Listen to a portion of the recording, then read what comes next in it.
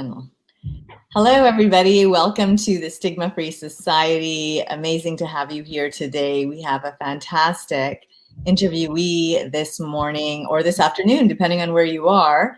I'm here in Vancouver, but our interviewee, Jay Baker, is here from Toronto.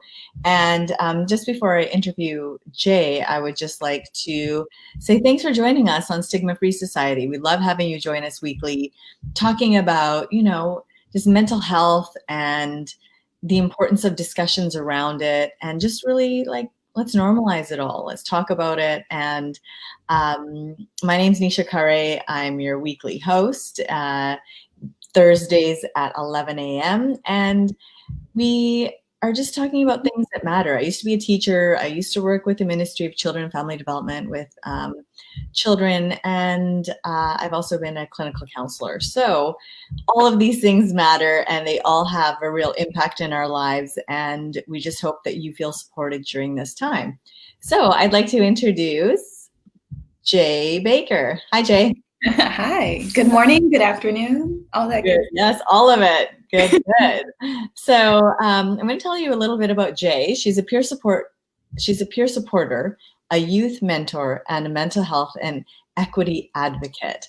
Over the last decade, she's worked in community and youth development, focusing on how we can use existing community capacity and resilience to strengthen physical and mental wellness. Super important combination. So with experience working in over 10 countries, both nationally and internationally, Jay has been able to gain knowledge on diverse approaches to creating and maintaining healthy communities, which I think is more important than ever, especially right now. So through a strengths-based approach, an anti-oppressive approach, Jay looks to the ways in which the mental health sector can ensure this knowledge is more accessible to community leaders and supporters doing the work. So Jay, I'm so happy to have you. Thanks for supporting people doing the work. Definitely some quotes on that. Yeah. No, I like it. And so maybe Jay, tell us a little bit about yourself, your background, how you kind of got into this work. Yeah, absolutely. So obviously my name is Jay. I am a multiracial, queer, cis woman from Toronto. I started working in community and youth development. I probably was like 16 years old, starting doing summer camps and all of that great stuff. Started working with the Boys and Girls Club, and then turned my way into international development, which is how I ended up working in 10 plus countries. But in terms of this work, I was working primarily in arts and education programs, and was facilitating a workshop in South Africa in Cape Town. And it was a poetry workshop. It was supposed to be super light, spoken word, and we did a check-in at the beginning of the session, and the youth that were in the room shared that they had a friend who passed very recently through community violence. And so I was sitting there thinking, oh my goodness, I do not have the skills, the tools, the resources to be able to support these youth in a way that makes sense, that's safe, and that allows them to explore the emotions and the feelings that were going on for them at the time. So when I got back, I figured, I really should spend some time learning about mental health, about wellness, and what it takes to be able to support people in doing this work.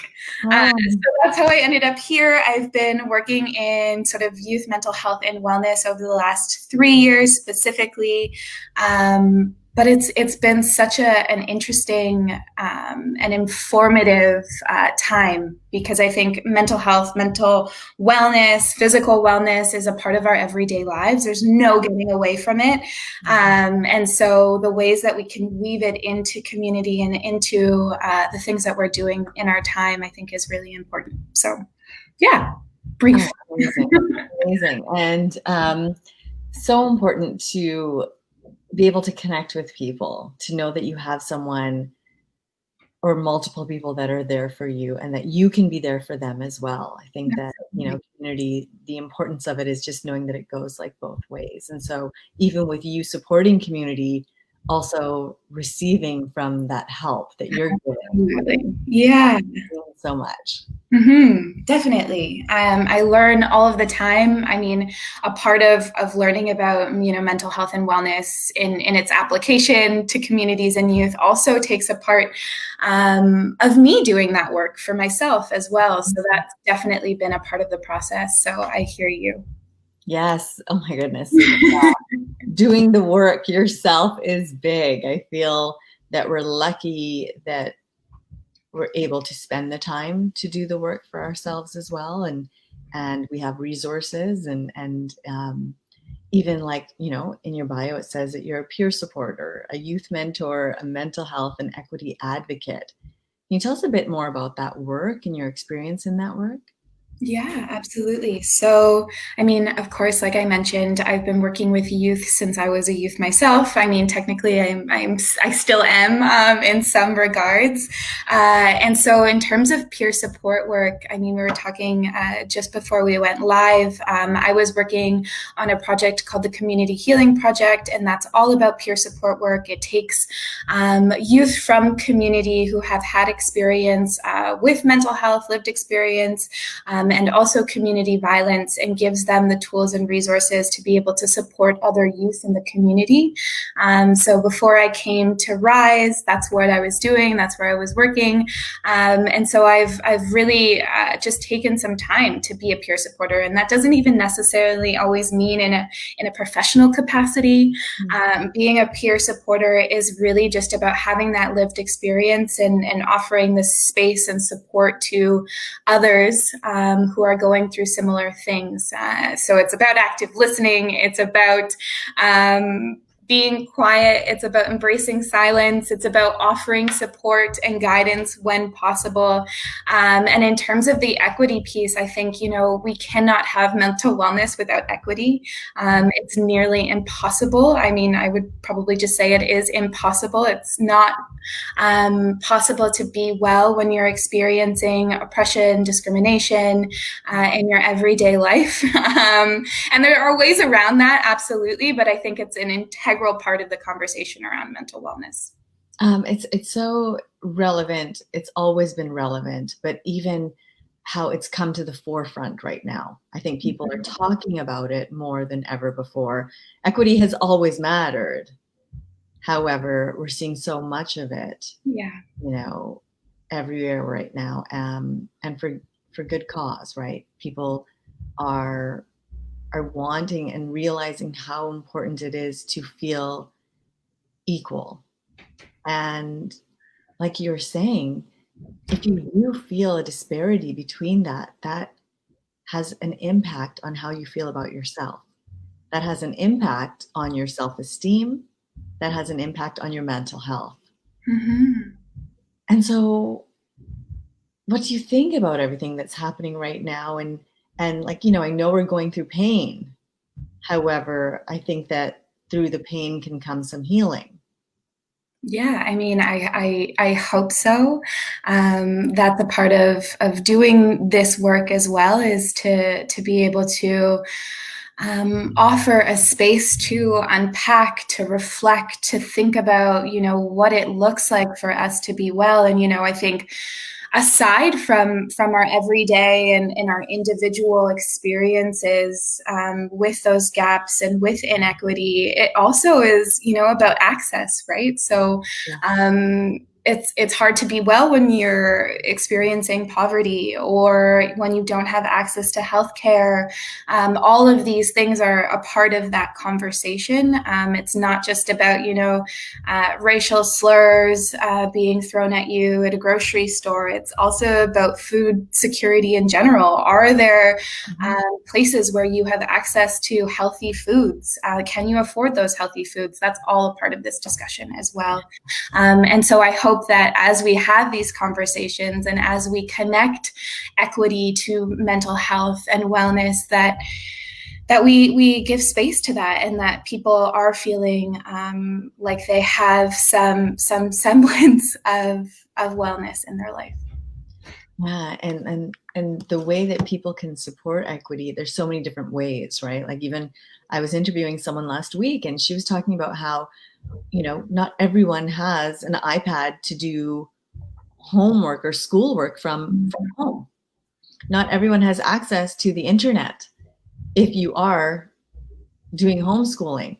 So there's so many different levels of equity. And so I think as a community for us to be aware of that and how can we support that? What can we do, to support each other in our basics, like healthy food, education, safety in where you live, all those things really matter. Yes. Super big. Speaking my language, totally. Yes, I like it. I like everything you're saying. And so, you're at an interesting point in your career. This is, I think you're 5 months into working with Rise Helps. So, you've had quite the experience already in this pandemic. And did you think this is where you would be when you kind of started your path, your career path? Oh my goodness. No, but to be honest, I don't know that I ever really had it laid out. Right. Yeah, so it works well for me. I'm sort of the type of person that really enjoys learning, trying new skills, things, developing new skills. Yeah. And so my path has sort of taken me all over the place. I didn't think that I would end up here necessarily, but my family has a history of mental illness. So it's always been something that has been near and dear and very, very close to me. So it doesn't surprise me that I ended up here, but certainly not what I expected at all. Wow. And so thanks for sharing that, even with your experience with your family, that you've experienced, mental health. What was that like growing up? Yeah, that's a good question. I mean, I guess it was like probably what most people experience. I think a lot of people, even if it's not mental illness, it's everyone deals with mental health, right? And so I think for a lot of us, in your family, you've probably seen a cousin, a mom, an uncle, someone who has dealt with their mental health and maybe the negative impacts on their mental health. And so, for a long time, it was something that I didn't address at all. In fact, that I wanted to stay away from or to avoid if I could. But what I guess I've learned over time is that, making space for it is probably the most beneficial thing that you can do. So it was challenging. It was absolutely challenging. It wasn't always fun. It obviously creates a lot of strain and tension in your family dynamics when you're also dealing with someone's illness, and that's sort of any kind of illness. It doesn't necessarily have to relate to mental health, but you find community, you find connection, you find ways of overcoming, and that speaks to that resilience piece, right? We all have something in us, something around us that can help us overcome, or not even overcome, because a lot of times it's not about overcoming, it's about working through and processing. So yeah, I don't know. I guess. I'm glad you said that. I'm glad that you said that, because it's true. It's not that it's something to overcome. It's an experience, and it's not that it's something that I just have experienced it or you've just experienced it. I think all of us have to some degree. And that's why it's so important to just talk about it, to talk about, I'm not feeling well today, and this is why, and this is what's going on with me, or, what's going on with you. And like you had said earlier, even tapping into those good listening skills, sometimes people just need to be heard. You don't have to solve the problem, but just being there can make so much difference. So maybe tell us a bit about, you've worked in so many different countries, which is super cool. Maybe you can tell a bit about like the countries you've worked in and kind of what you've learned about mental health in being in different places with different cultures and communities. Yeah, absolutely. So, I mean, I've worked not necessarily in. So a lot of the work that I've done has been from Canada, partnering with organizations and communities in various different countries, primarily working on projects around social inclusion, social connection, and arts.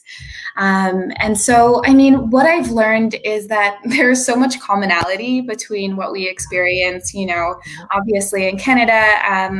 I mentioned South Africa. I've worked in Germany, the UK, Sri Lanka, New Zealand, Brazil, Mexico, and that there is that commonality, right? We all want very, very similar things, which is healthy communities, which is to feel well, which is to experience joy and happiness. And so I think in terms of approaches, I think that one of the differences that I've really noticed here is that it's a very individual approach to our wellness. We are responsible for our wellness is often the sort of story that we're told, is that if you're not well, you need to practice your self-care, you need to be doing all of these things. But I think community care is just as important as self-care. It's really, really hard for us to go to one-on-one counseling and feel like, we've made some progress and then still go home, to a situation where we're experiencing all of these barriers and challenges. And so it is about creating wellness in community so that we're experiencing it together and that I'm not isolated in trying to do the work by myself.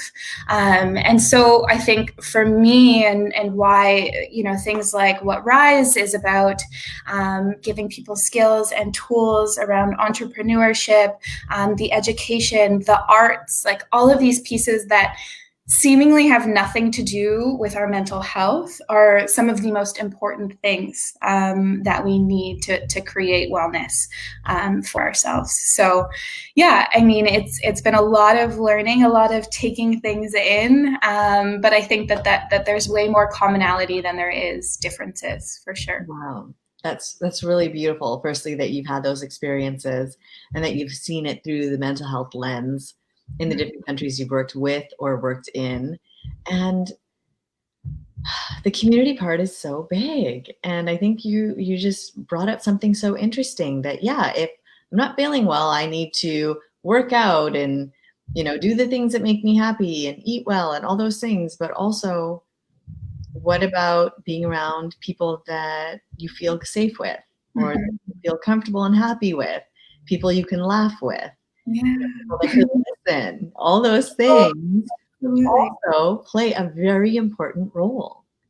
It's like not only what's within, but what's around you, I think is huge. And so you were mentioning Rise Helps. Why don't we tell everyone a bit about what Rise Helps is, what they do, their mandate? Yeah, absolutely. So Rise is a national charity dedicated to helping people with mental health conditions or addictions achieve financial independence. And we do that through supporting them with self-employment and small business ownership through training, mentorship, microloans, with the goal of sort of starting to break down some of those barriers that I was talking about earlier. So barriers to employment. What does it look like when we're not well and we're being asked to do all of these things that might not be okay for us, or we might need some time to deal with a mental health crash, for example. What does taking time off look like in that case? And so with self-employment, with small business ownership, we're really hoping to help people sort of take back control in their own lives to be able to reach that financial independence. And we hear often of, people experiencing stigma and, negative impacts of disclosing their mental health conditions.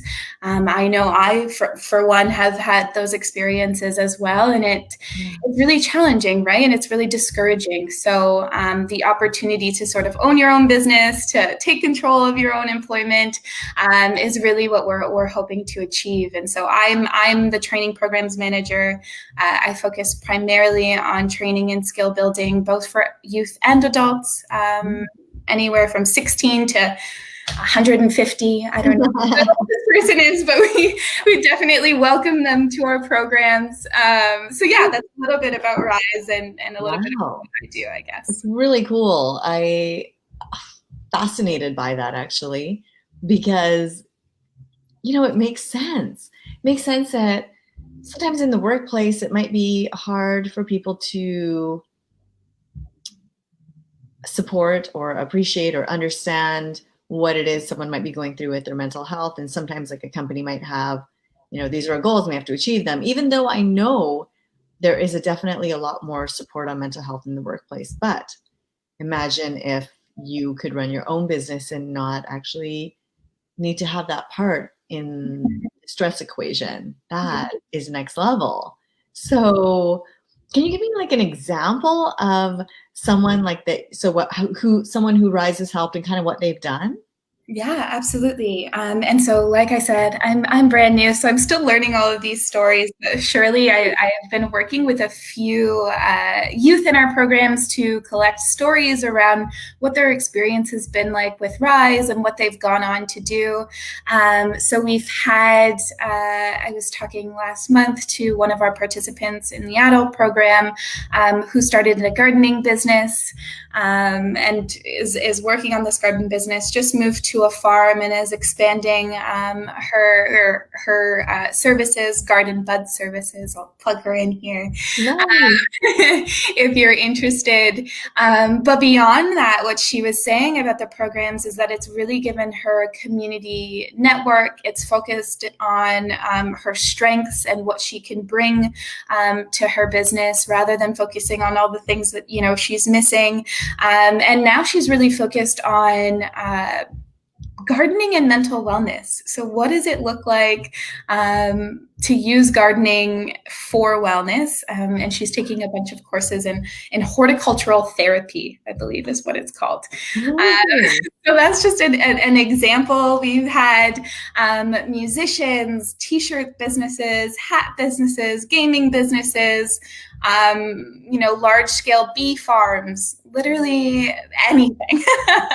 Anything you can think of. I'm sure there is a place at Rise where we can help support you in growing that business. This is amazing. This is so amazing.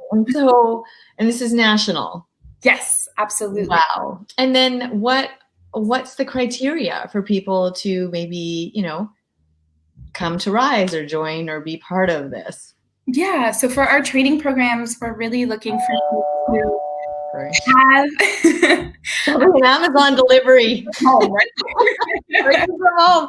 This is the reality. I'm like, who's there? Yeah, I'm constantly thinking. My neighbors are musicians, and they're always playing loud music, and I'm like, oh, I hope you can't hear that. So I totally get it. Our criteria is really just that you have a business idea that you're looking to pursue, and this is for the training program specifically. The lending side of the organization has a few different stipulations, but I'll get to that in a second.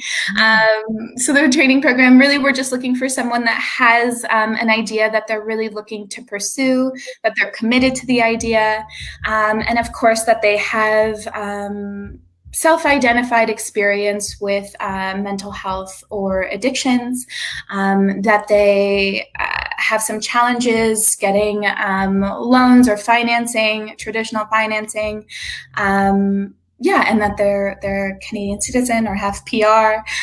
So really, it's quite open. There aren't a lot of criteria to be involved. Wow. Really, we're just looking to support in any way that we can. So even if you don't have a great video, this makes me so excited. Yeah, because I feel that programs like this can work. They can change people's lives. Sometimes people just need support. They just need someone to say like, hey, I'm here to help you.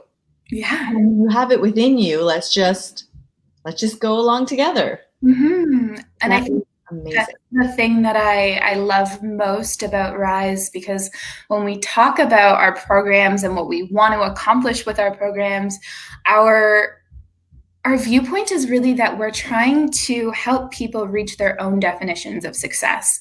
So we're not trying to help people, build these $1 billion businesses, unless that's what they want. Sure. We're really trying to say, what is it that you want to accomplish? Maybe it's just a side business so you can make a little extra income. Yeah. Maybe it's a lifestyle business. Maybe it is a business that you want to build into a $1 trillion business.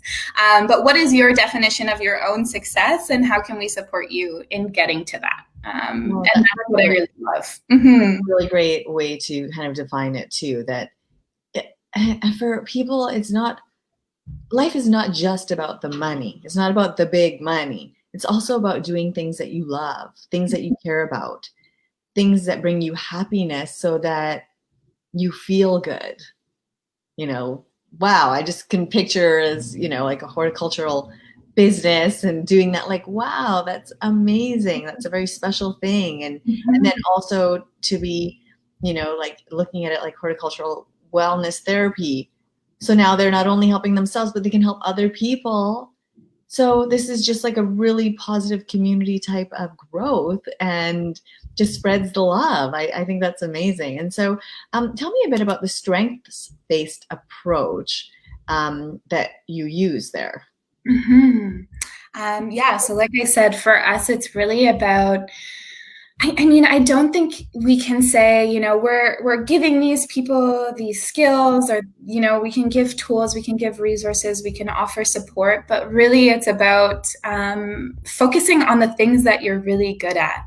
And that's where we sort of start, is saying, what are you really good at? And especially when it comes to mental health and wellness, we're so often focused on the things that aren't going well, the things that we're struggling with, the things that just aren't feeling good. And so for me and my approach and Rise as well is saying, what is going well? What are you really good at? What are the things that you want to be doing? And how can we support you in growing those skills and feeling, like you really have those in your back pocket, because I think we're all walking around with strengths that maybe other people see that we don't. And so a part of the work that we're doing is to say, no, we see this in you. Absolutely. And I think people are finding that they see it in themselves as well. And so, it's about focusing not only on the things that aren't quite working, but what is working really well, and how can we start to prop those things up. Right. Because sometimes you're right. We might be looking for, I need a job that is secure. I need a job that pays well. I need to do a job that other people in my family have done. Mm-hmm. Whereas we might not look at, well, maybe I could do something that I love, that I'm already good at. Yeah. I'll probably enjoy that. Absolutely. Rather than searching for all these other criteria that aren't necessarily going to bring us happiness. And I think about that. I used to be a career counselor. There are so many people doing jobs that they don't love. They're just doing it. And then think of the impact that has on your daily life, and how when you get home, how you are with your family, and how you go to sleep. And so there's so much of an impact. And maybe we could talk a bit about even the importance of using existing community capacity to strengthen like physical and mental wellness, because it's not just the mental wellness, it's also the physical wellness. Yeah, absolutely. They're hand in hand. You almost cannot have one without the other, I would say. But I think with the existing community capacity, and a lot of that comes from my experience working in international development, where we're often, coming in and saying, oh, here are the things that we think that you need in order to accomplish these goals. And so my approach has always been what exists already. Again, talking about the strengths-based approach, what exists already in these communities, whether that be, a 3-person group or a whole city, what exists already that is working. What exists already that we're super proud of? What exists already that we can take hold of, or that we want to grow, or that has room to grow? So again, it's focusing not so much on the things that aren't working, though that's important. There's so much room to focus on things that are working well, and to expand and build those things. Communities and people, individuals, are often experiencing a lot of barriers, maybe hardships, maybe challenges. And one thing I always say, working with youth and their mental wellness, is, even if you've experienced something like depression, you've probably been going through this for a long time and you've made it this far. So what are the things that you've been doing that have been working for you? Wow. I like that. Yeah, right. So you already have tools and skills. Yeah. It's just being able to identify them as that and sort of lean into those things to build them up a little bit more. Just pop yourself up a bit. Like, okay, I made it this far and I've obviously done something right. I love it. And so you were mentioning earlier that, you've even perhaps personally even faced sometimes barriers or reactions to when you've shared about your mental health. Could you maybe share with us a bit about your own experience with mental health and equity? Yeah, absolutely. So I think, growing up, especially in a family that has a history of mental illness, I definitely felt a lot of stigma. I don't think I started even sharing about my experiences until a couple of years ago, just because I always felt like as soon as I shared something, that people were going to have a different opinion of me, that they were going to think about me differently. When it comes to work, that, if I'm struggling with the workload, and I've shared that I have, depression or anxiety, that they're going to associate the workload with my capacity and not, what's going on itself. And so that it'll always end up being on me. And so I think I've started to overcome that now, though sharing about things is tough. Opening up is tough. And as much as, we're having these conversations now, it's not always super comfy. It's not always enjoyable.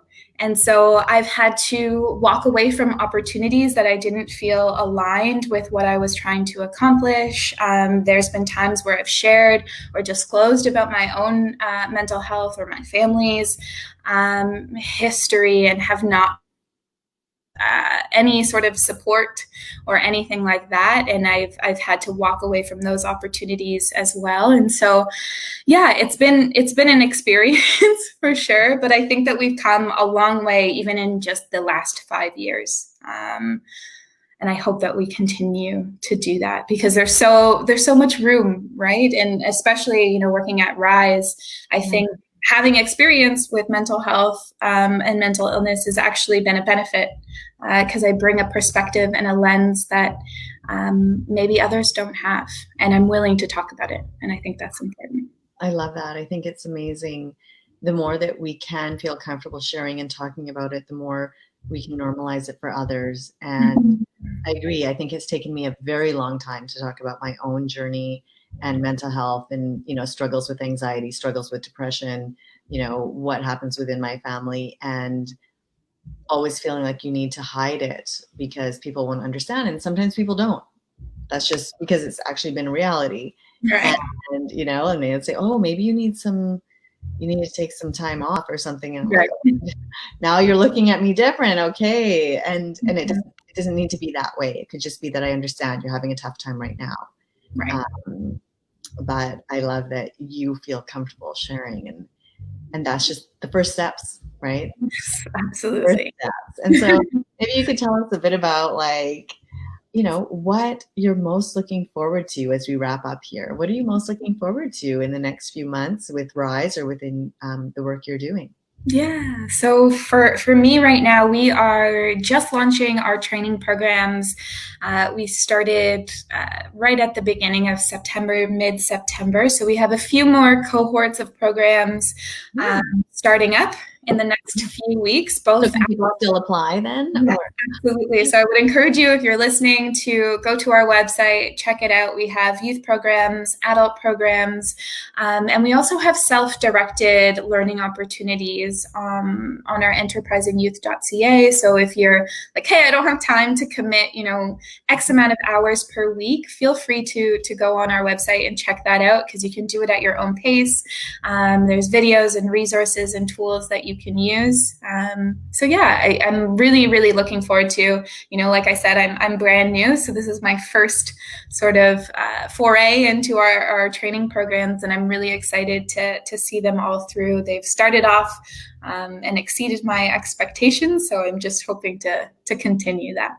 Wow, amazing. And what is the website that people can go to if they want to take a look at your programs? Or risehelps.ca. risehelps.ca. So make sure you check it out. It sounds like an amazing opportunity, and even to be in a training program, and how cool that now in some ways it's probably all online. So more people even have access, right? And it can be from anywhere. So there are positives to like the changes we've experienced. And so thank you so much, Jay, for being here with us today. I want to say that I feel that you're excited, and I'm excited for you and the programs that you'll be working with. And I think that there's just so much opportunity here. And, if there's something you need, there is someone out there to help and to support, just like Rise Helps, just like Jay Baker. So thanks, Jay. Keep up the amazing work. Look forward to seeing what else you accomplish in the future, and really appreciate you being here with us today. Thank you for having me. This was really great. Amazing. So happy. And see everyone next week, Thursday at 11 a.m., Stigma-Free Society Wellness Chats with Nisha. Take care, everyone. Bye now.